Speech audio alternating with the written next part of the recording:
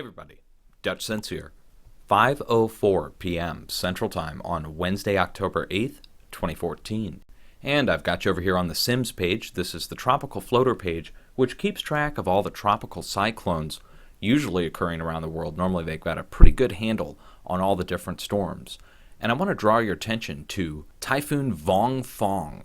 This is a very strong typhoon which has broke out over the last 3 to 4 days, and it's now become the largest storm of the year. This is comparable in size to Haiyan last year, which hit the North Philippines.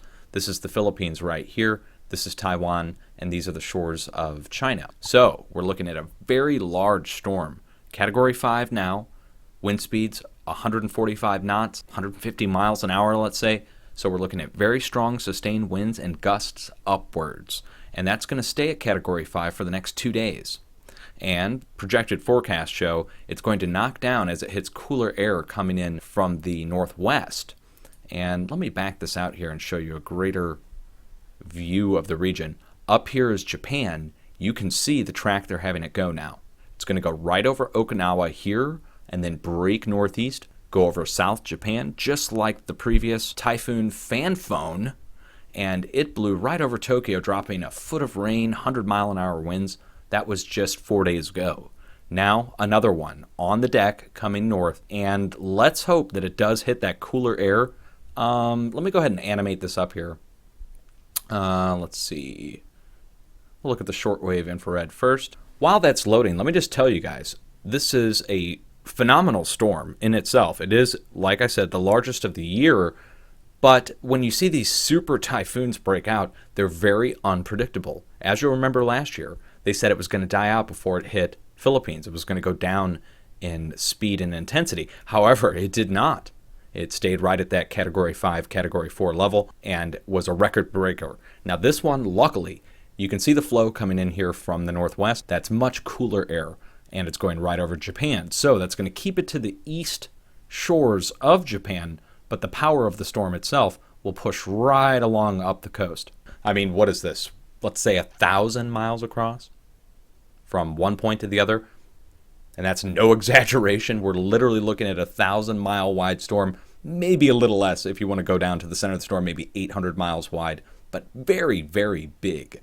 Now, this is the NOAA page. This is, again, is the Tropical Floater page for NOAA. You can see red and black top here. This is normally seen on mainstream media. Let's go back and take a look at a few of the other views on this. This will just show us different color temperatures on the same feed, but it'll let you know the intensity of the storm. And again, you can just see the eye of the storm is very organized. It's pushing now west by northwest. So it's starting to make that pull north. Once it makes the pull north, it's going to head towards Japan. So if you live in Japan, good idea to stay prepared. Of course, you're prepared from the previous storm. So watch this one over the next 3 to 4 days. In the next 3 to 4 days, we'll really know whether or not it's going to fully die out or if it's going to develop into something a little bit more nasty as it goes north. Again, we have to hope for that cold northwest blast that's going to hit that once it gets even with, let's say, Okinawa going right up towards South Japan. That'll be the killer that knocks this storm out, hopefully. Okay, so I'll put links down below for the NOAA page and for the Sims page. While I've got you here, let's just go ahead and look up the Mimic TPW. And this is the morphed microwave background imagery. We're going to go look at the West Pacific. Okay, great. This really shows it. This is the previous Typhoon Typhoon, that blows out here now, and you see it here on the last frame. As it hit Tokyo, dropped a foot of rain, 100-mile-an-hour winds. That disintegrated as it was blasted from the northwest. Here's the next storm. Okay, and this is VONGFONG. Starting to make that pull now northwards. Looks like it's going to go a little bit further west, at least on this feed here. It might actually go and graze right off the coast of the North Philippines and then break north, going right along the shores of Taiwan and then fully hit Japan. I don't see how it could stop and then go back the other direction. It'll have to make a U right-hand upper hook turn. That's going to bring it right over the southern islands at a Category 4, not a Category 2 when it gets up here to Okinawa.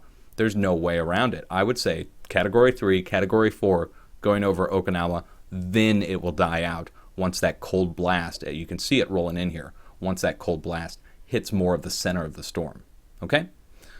Much love, guys. Be safe, and always have a severe weather plan in case you need it. Of course, now in a typhoon type situation, we're talking about maybe possibly getting out of the area or fleeing low-lying areas, going to higher ground while this amount of moisture and precipitation falls with this size of a storm. Again, you can see it's about 1,000 miles across, taking up 2 latitudes, 2 longitudes, 2 squares on the map.